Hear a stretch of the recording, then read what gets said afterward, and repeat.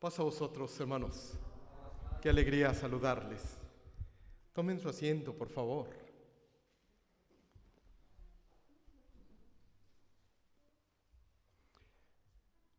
Hubo una época en casa de mis papás, pero yo creo que fue en la casa de muchos de ustedes también.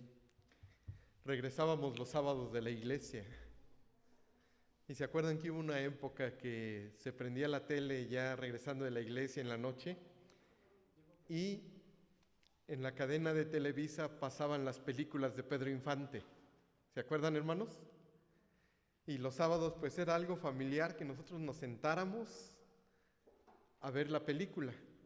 Y normalmente mi papá nos decía, esa película yo la vi en 1958 y me cobraron 10 centavos por verla.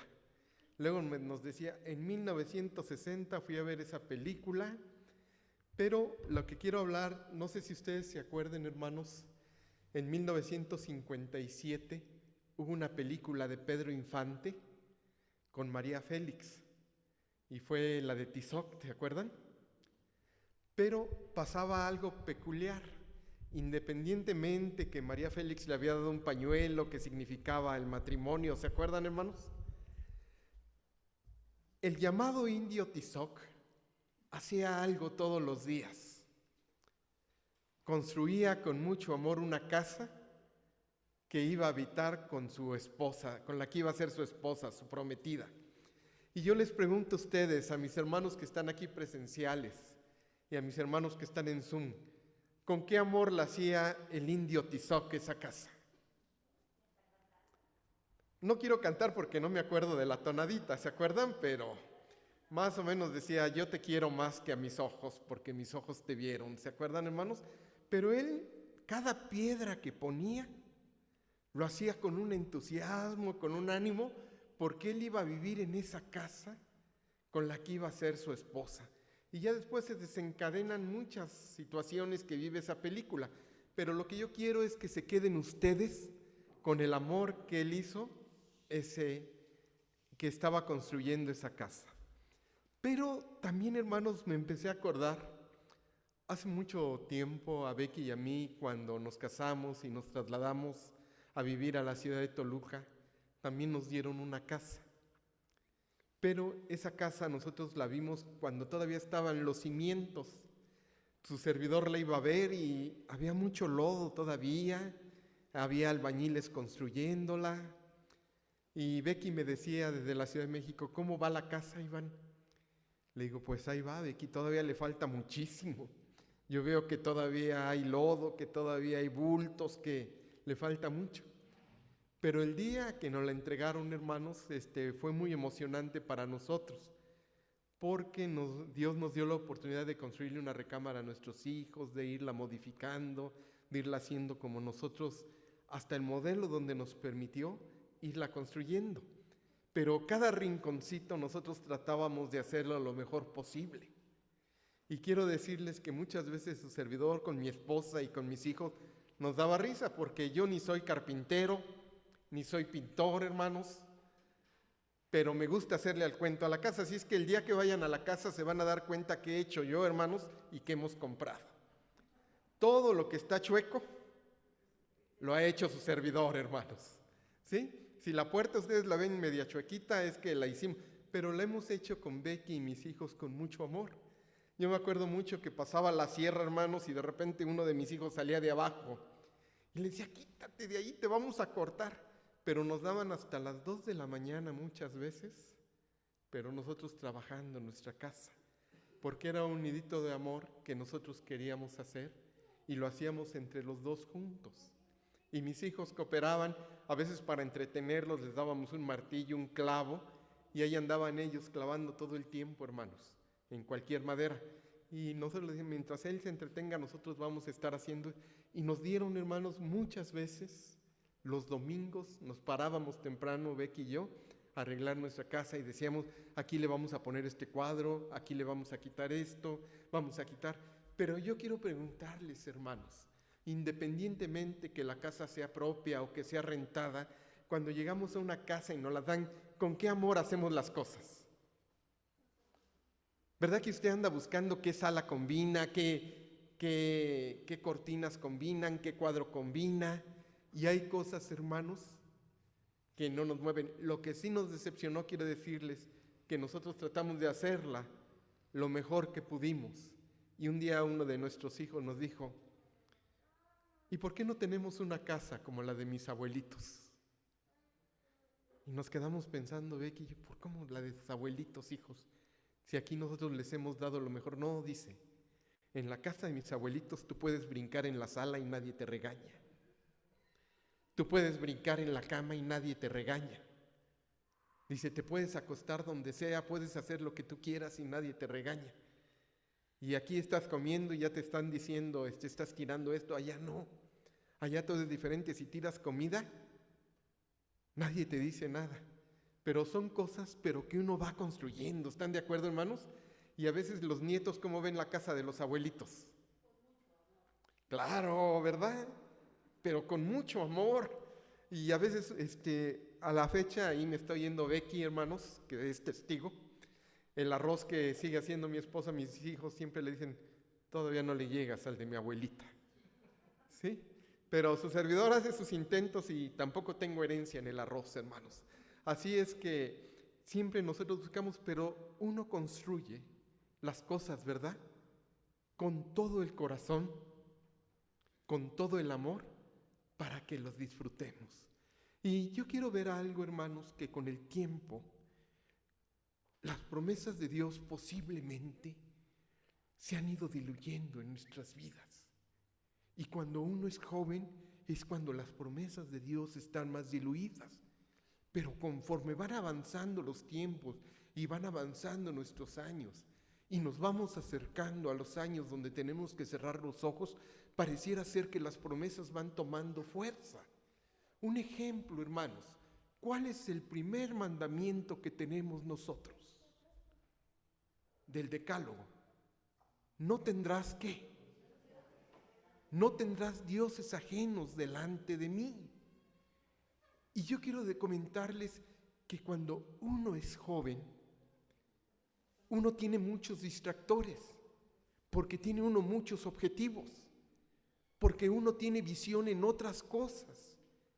Y yo les pregunto, hermanos, de acuerdo a la experiencia que nosotros tenemos, cuando fuimos jóvenes, ¿cómo estaban en nosotros las promesas de Dios? Muchas veces estábamos visualizándolo hacia otro lado, ¿están de acuerdo? Estábamos pensando hacia otro lado. Pero el punto principal, hermanos, es que las promesas de Dios siempre deben de estar firmes en cada uno de nosotros. Y esto me hizo pensar, ¿qué hacen las promesas de Dios en nosotros? Nos avivan, nos fortalecen, nos animan y Dios nos va fortaleciendo en toda nuestra fe. Y me hizo recordar a aquellos jóvenes hebreos, les pregunto a ustedes, hermanos. Iban ellos, los toma el rey de los caldeos y les dice, tienes que adorar esta imagen. ¿Lo hicieron ellos? Quiero decirles que eran jóvenes. Independientemente, hermanos, que los estudiosos digan que la vida en el cautiverio, ¿sabe cuánto duraban las personas? Alguna vez se los comenté a ustedes. La máxima que tenían, la vida que tenían en el cautiverio eran 35 años y morían. Era una vida muy corta la que tenían ellos. Pero estos jóvenes hebreos, algunos escritores dicen que estaban entre los 15, entre los 16 años. Cuando el rey los toma y les dice, ¿saben qué? Tienen que adorar esta imagen que estoy haciendo. La pregunta y lo que conocemos nosotros, hermanos, que está en el libro de Daniel, ¿adoraron o no adoraron la imagen? ¿Qué decidieron estos jóvenes, hermanos? Si era posible, murieran. Y entonces ellos caminan con las promesas y le dicen al rey, sepas tú, oh rey, que nuestro Dios podrá librarnos o no, pero queremos decirte algo, que no adoraremos, ¿qué, hermanos? A tu imagen. Y la palabra de Dios es bien clara, porque estos jóvenes fueron salvos porque creyeron en la promesa del Dios verdadero. Yo les comento a ustedes, hacen falta, hermanos, sin estarle tirando a los jóvenes en esta tarde, hacen falta en ese sentido jóvenes con las promesas de Dios presentes en su diario vivir. Claro que hacen falta, porque las promesas de Dios son permanentes. Por eso yo les decía, las promesas de Dios nos dan gozo, nos animan, nos fortalecen y nos hacen sentir hacia dónde vamos nosotros. Bueno, pues quiero ir con ustedes, por favor, hermanos, algo que estaba sucediendo. Vamos a Isaías capítulo 65. Abran su Biblia, por favor.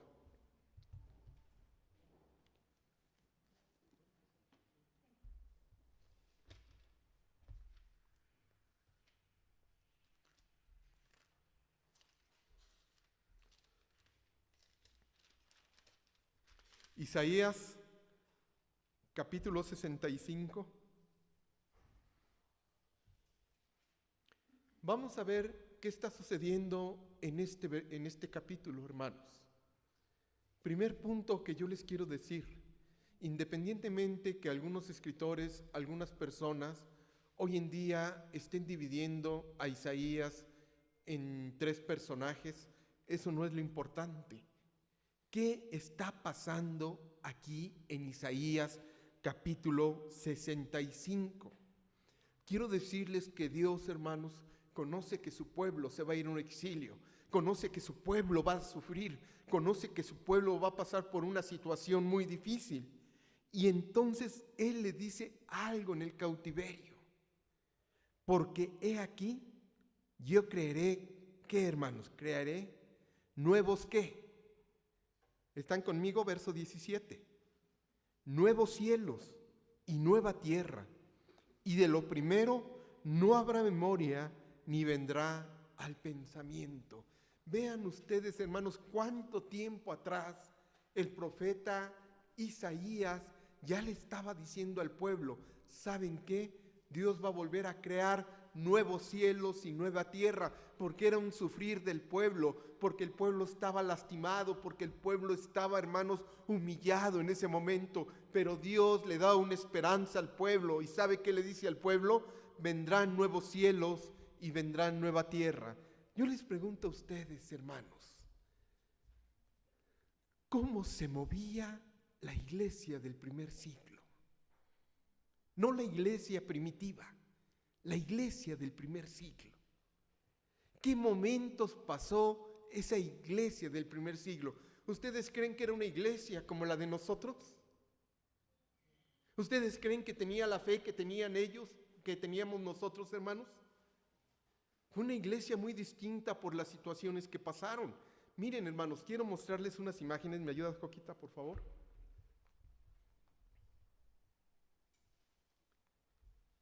Esa es la iglesia del primer siglo, hermanos. No era una iglesia como la de nosotros. Era los que ustedes están viendo en esa imagen que tienen ahí, sin ver en este momento a León. Yo les pregunto a ustedes, ¿qué fe tenía esa iglesia? Esa iglesia estaba dispuesta a morir por el nombre de Cristo. Estaba dispuesta a morir por su Salvador. Eran personas, hermanos, de fe inquebrantable. No importaba que les pusieran una fiera, no importara que todos los que están allí en ese circo, en ese circo romano, se rieran de ellos.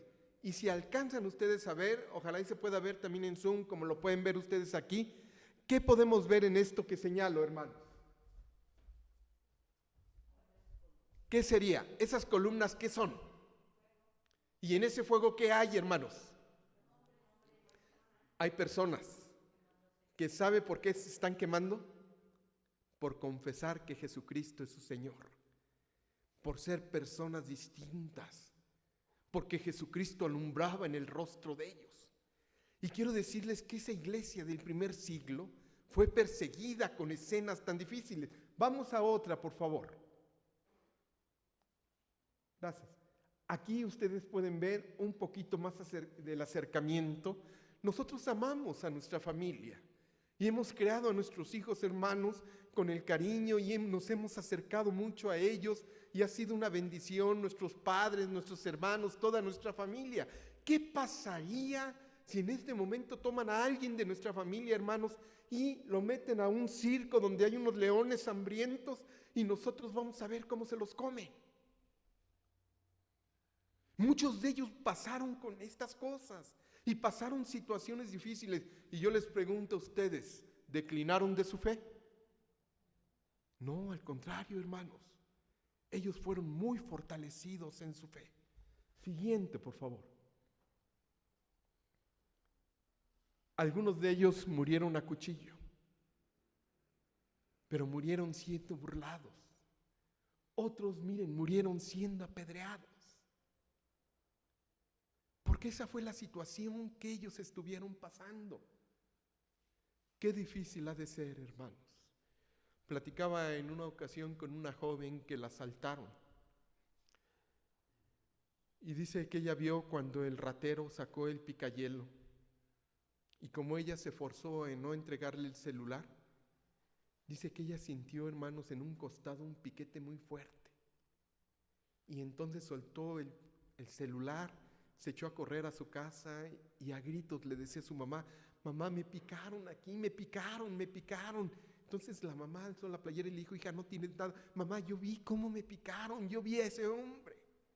Imagínense, hermanos, que nosotros como padres veamos que a nuestros hijos les ponen un cuchillo en la garganta, o les ponen un puñal a nuestra esposa, a nuestro esposo, a los seres que amamos, y entonces van a morir. ¿Sabe por qué?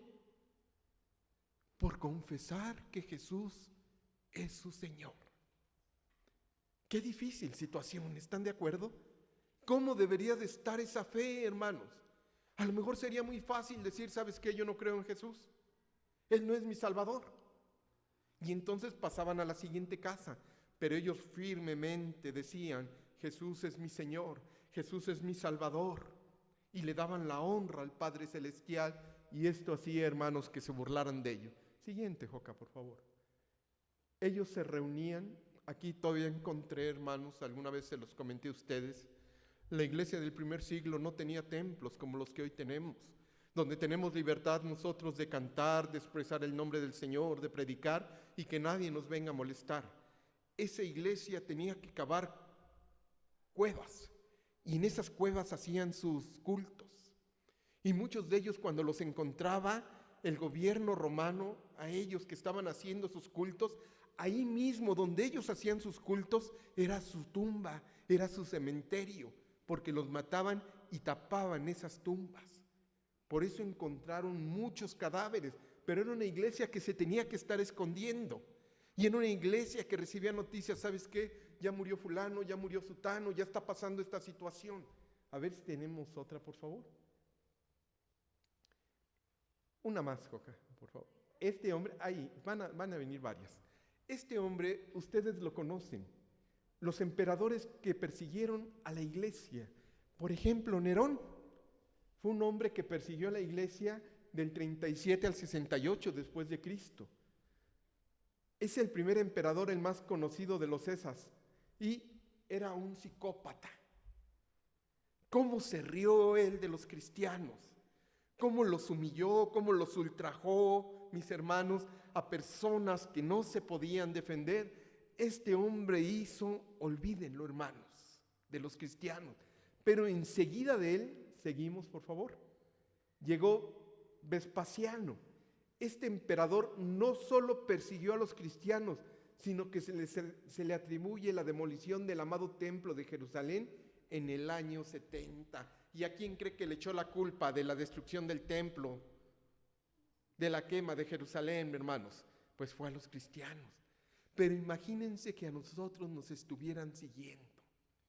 ¿Cuántas veces hemos visto películas donde el ejército nazi va siguiendo a los judíos? ¿Se acuerdan, hermanos?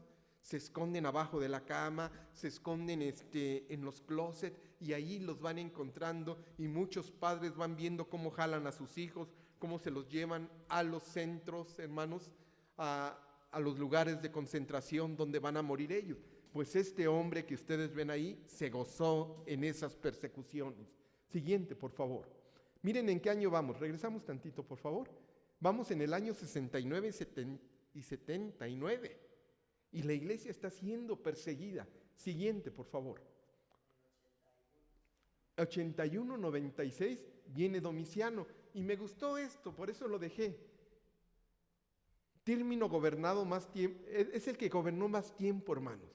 Casi al igual que en otro periodo, pero ¿sabe qué era este hombre? Era un tirano. Y aquí dice que Juan el apóstol y evangelista estaría de acuerdo ya que fue sumergido en una tina de aceite hirviendo en el 95. Vean cómo se gozaba. ¿Alguna vez nos hemos quemado en la cocina con aceite caliente? Ahora este hombre lo echaron a Juan, el teólogo, según la tradición, hermanos, y los historiadores, lo pusieron en una olla ardiendo de aceite. Y Domiciano hizo que Juan, el discípulo amado, fuera exiliado a la isla de Pasmos, ¿se acuerdan? Y vamos a seguir, por favor. Después viene Trajano, según el Antiguo Testamento y algunos escritores que vienen aquí. Es un monarca, autócrata, pero también fue el peor de los tiranos. Nos regresamos una, por favor, Joca. Pero yo quiero decirles, hermanos, que en este tiempo, cuando está Domiciano, es cuando se escribe el Apocalipsis. Juan, hasta aquí le dejamos, ya quitamos todo, ¿no? Por favor. Yo les quiero hacer una pregunta a todos los que estamos aquí, hermanos. Ayúdenme. Juan está en una isla de Pasmos, ¿están de acuerdo? ¿Qué quiere decir está exiliado? Que no tiene comunicación con quién, hermanos. Con nadie de su país, que no tiene comunicación con el medio social, ¿están de acuerdo? Pero Juan conoce que la iglesia del primer siglo, hermanos, está siendo asolada, está siendo maltratada, está siendo golpeada. Pero a Juan no le permiten tener contacto con la iglesia. Precisamente de ahí parte el Apocalipsis. Y por eso el Apocalipsis a muchos de nosotros, hermanos, me incluyo en ellos, se nos hace muy difícil entenderlo. Porque es un libro encriptado. ¿Qué quiere decir encriptado? Que tiene claves que solamente otras personas entienden. ¿Están de acuerdo? Si yo le digo a una persona, soy del séptimo día, ¿qué diría? Pues quién sabe qué quiere decir Iván con el séptimo día. ¿Están de acuerdo? Pero si yo llego con Edith y le digo, Edith, soy del séptimo día, ¿qué dirías tú, Edith? Pasa vos, Iván. ¿Están de acuerdo, hermanos? Si llego con la hermana María Luisa y le digo, soy del séptimo día, ¿qué dice usted, hermana? Pasa vos, ¿cómo estás? Entonces, son cuestiones, hermanos, donde Juan tiene una situación muy difícil. El emperador ya lo exilió. El emperador, hermanos, lo hizo a un lado. El emperador lo tiene en una isla. Pero él tiene el mensaje de Dios que tiene que alentar a la iglesia. ¿Cómo lo tiene que hacer? Yo entiendo, hermanos, que el Apocalipsis también nos dice de las situaciones de aquellos que no van a creer que van a ser destruidos. Pero el Apocalipsis también es un libro que va a traer consolación, que va a traer aliento a la iglesia. Y basados en todo esto que le platica a usted, el apóstol Juan va a escribir el Apocalipsis, ¿correcto, hermanos? Le va a llegar a usted un libro que solamente usted va a entender, pero que solamente le va a alentar a usted. Este es el punto que tiene el Apocalipsis. Muchas personas abren el Apocalipsis y dicen pura destrucción. No, hermanos. En el Apocalipsis viene la verdadera adoración a Dios y viene la consolación y el aliento a un pueblo. Y Juan, ¿cómo va a alentar al pueblo? A un pueblo que tiene a Jesús como su Señor, a un pueblo que ha aceptado a Jesús como su Salvador, a un pueblo que es, hermanos, la luz de Cristo. ¿Cómo va a alentar a ese pueblo el apóstol Juan? Ahora sí, vamos a Apocalipsis capítulo 21.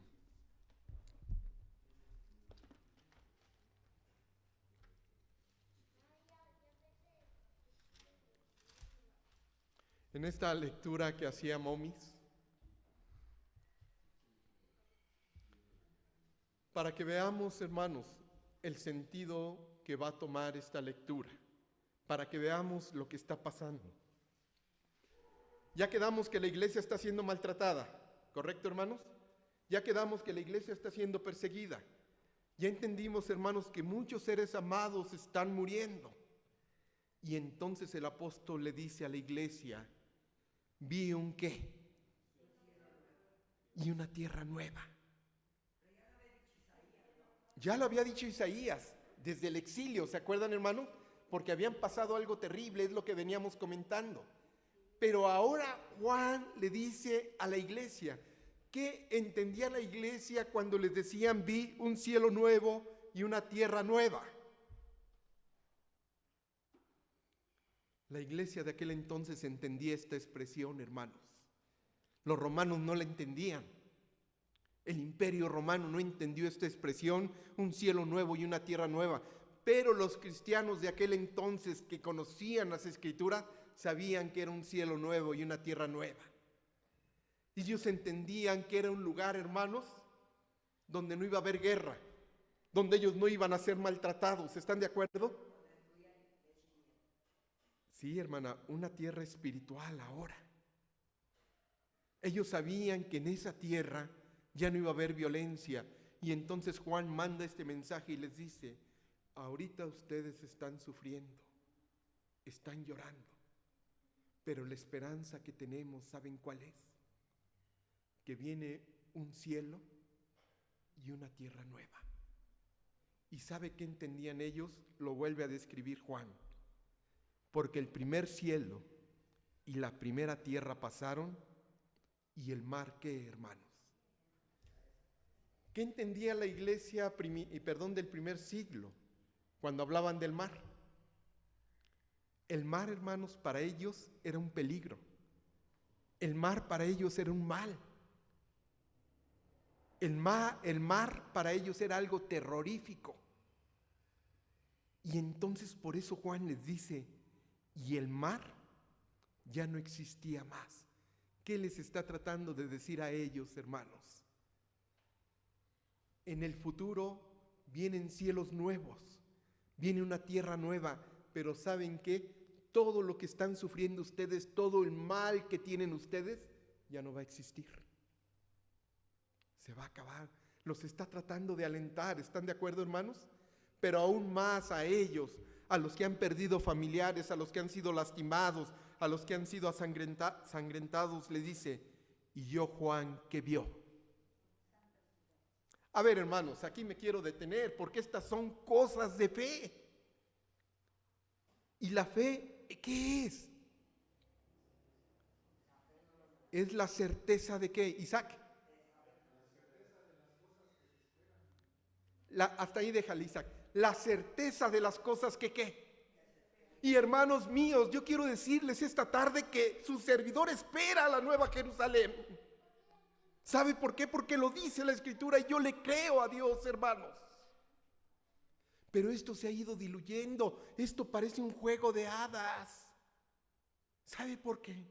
Por eso inicié con el primer mandamiento. Porque cuando tenemos dioses ajenos, cuando tenemos la mirada en otras cosas, ¿sabe qué pasa con las promesas de Dios? Se diluyen en nuestra vida, hermanos. No vienen a ser esa fuerza, no vienen a ser ese gozo. Y entonces la fe viene a ser algo abstracto, algo lejano, algo que no está en nosotros. Y para Juan es algo evidente, hermanos. Y le está diciendo a la iglesia, yo, Juan, el apóstol, el que me recargué en el pecho de Jesús, en el que conocí a Jesús, quiero decirles, hermanos, que vi ¿a qué, hermanos? La santa ciudad, la nueva Jerusalén, ¿qué más? ¿Descender de dónde, hermanos? A ver, hermanos, que estamos aquí presenciales y los de Zoom, ¿creen esto?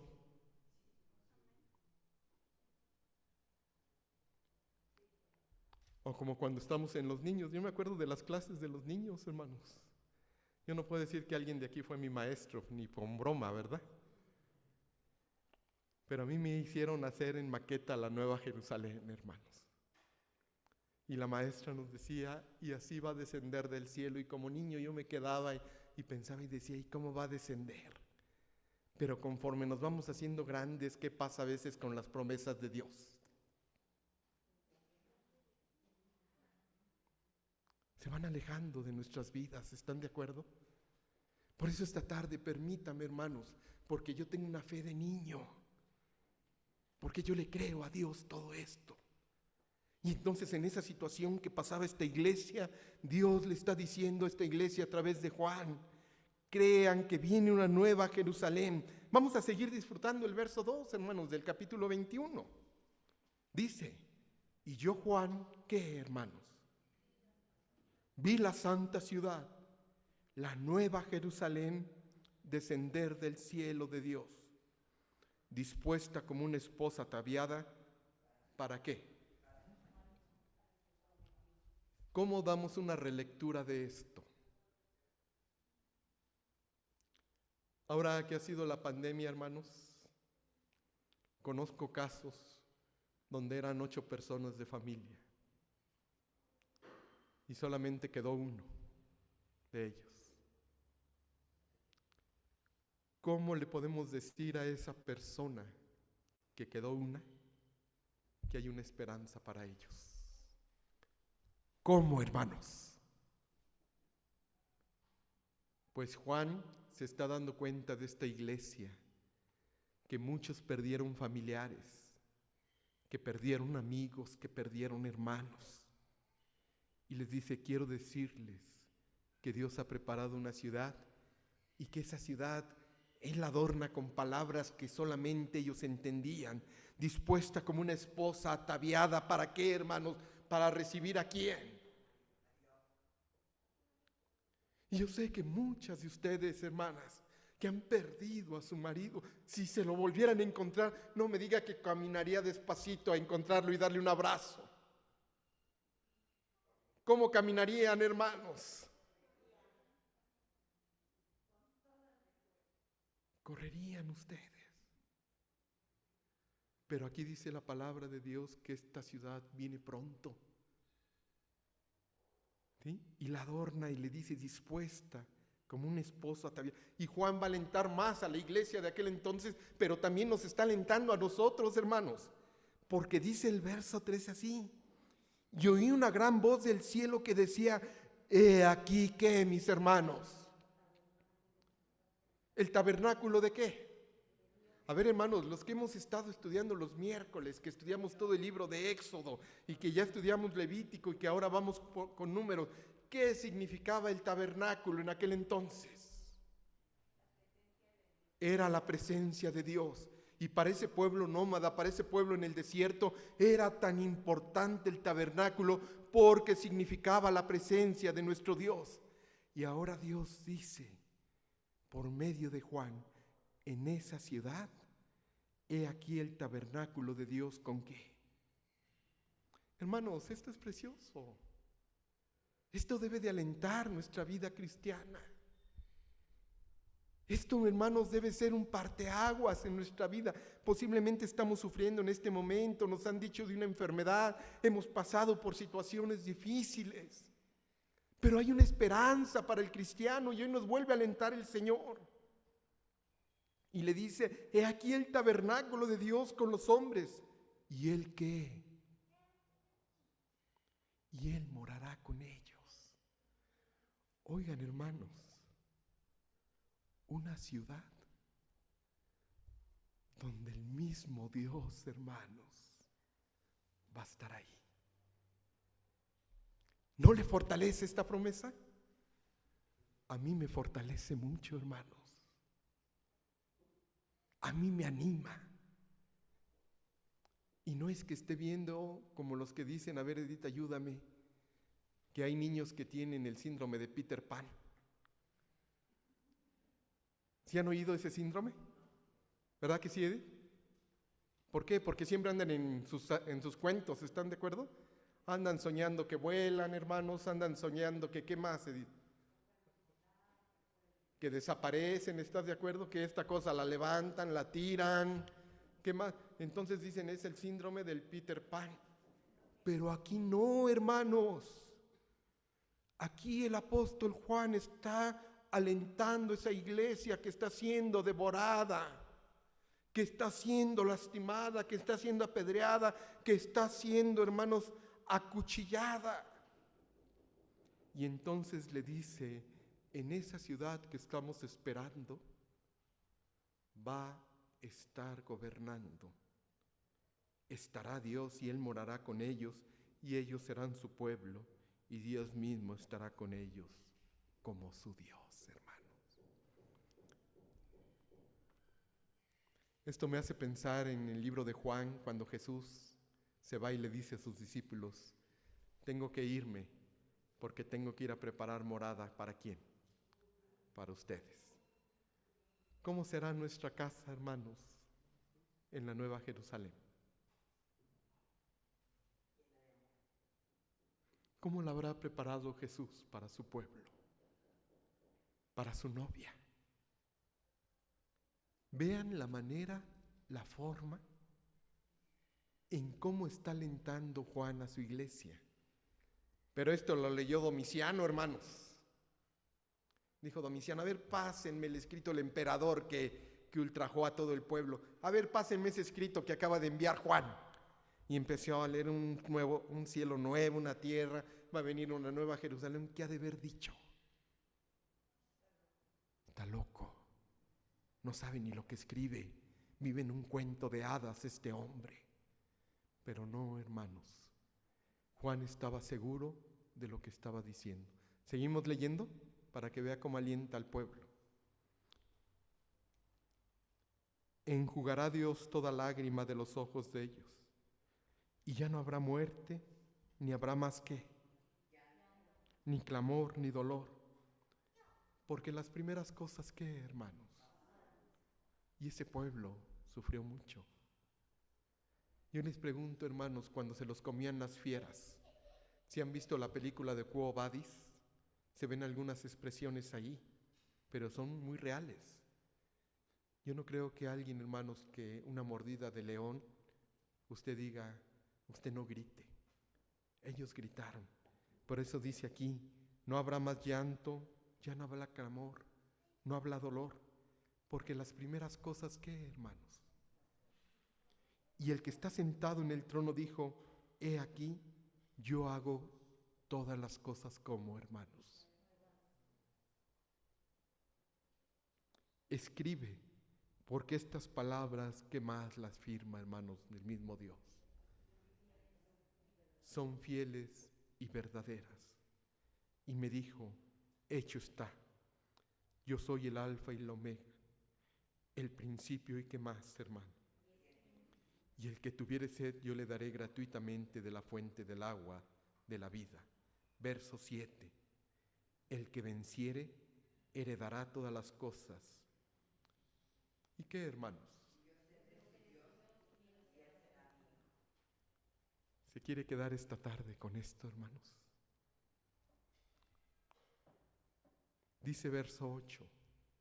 Pero los cobardes e incrédulos, los abominables y homicidas, los fornicarios y hechiceros, los idólatras y todos los mentirosos tendrán su parte en el lago que arde con fuego y azufre, que es la muerte, ¿qué, hermanos? Porque también el apóstol alienta a la iglesia, pero también le dice una verdad, hermanos, que los que no están en el camino del Señor, ¿qué les espera? La muerte, hermanos. Porque también hubo muchos desertores, porque hubo muchos tiranos, porque hubo muchos que le dieron la espalda a Jesucristo. Pero en especial, hermanos, está alentando a ese sector de la iglesia. Y ya no lo vamos a leer, pero más adelante, hermanos,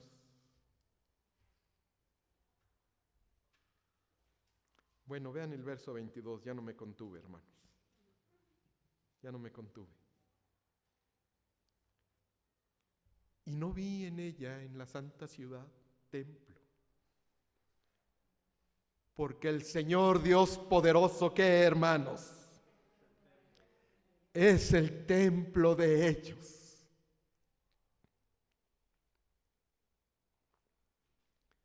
Y a veces yo me imagino, hermanos, en mi fe,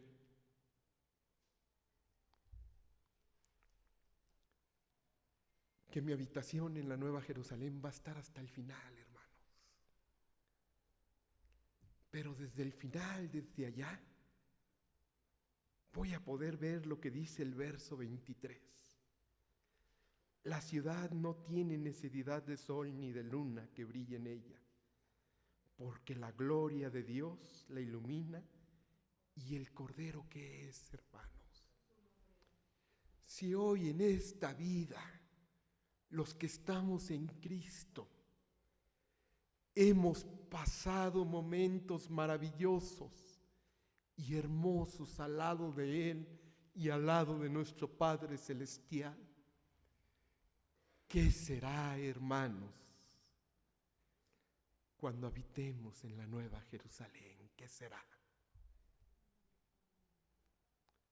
Va a ser algo que no podemos describir. Pero esta promesa se ha olvidado, hermanos. La promesa de la vida eterna se olvida y la vemos a futuro. Cuando es una promesa, con esto vamos a culminar una serie de temas que venimos viendo. Y mi preocupación, hermanos de la iglesia, es que vemos muchas cosas a futuro y no las estamos viviendo. Y yo le invito a que vivamos el reino de Dios, a que vivamos la vida eterna. Juan 17:3, y esta es la vida eterna, que te conozcan a ti, el Dios verdadero, y a tu Hijo Jesucristo, a quien, ¿qué, hermanos?, tú has enviado. Así es que yo le invito a usted a que se levante diario, hermanos, a que cada instante sepa que hay una promesa viviente de Dios en nuestra vida y que día a día nos animemos por alcanzar y vivir las promesas de Dios. Que el Señor les bendiga, hermanos.